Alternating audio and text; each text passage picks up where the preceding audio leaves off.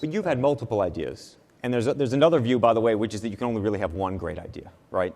That everybody sort of has maybe one great idea. It's not really the idea. You know, I mean, like there's that old saying, it's 1% inspiration, I think, and 99% perspiration. I think is generally true. I mean, a lot of times, like companies start out with an idea that's actually wrong, but they adapt quickly enough to get it to something that's right.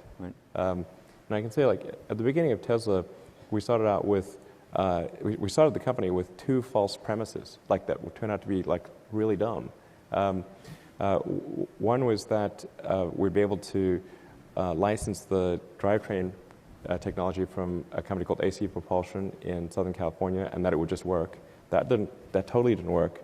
And then we also thought we'd be able to adapt the Lotus Elise chassis at low cost and be able to essentially put the AC Propulsion drivetrain technology in a Lotus Elise chassis, and then just build that quickly and sell it, and that would be okay.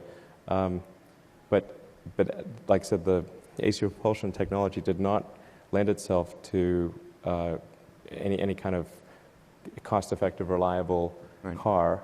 It was okay for like a small prototype, but not for a commercial product. And then the Lotus Elise.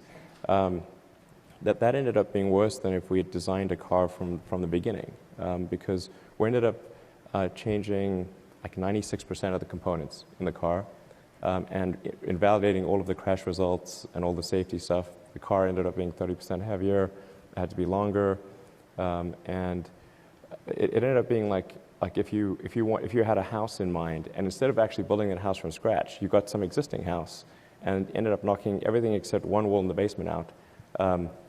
And it would have been better to just build the house from the beginning, the house you wanted. So it basically, Tesla was started on the basis of 2 dumb ideas.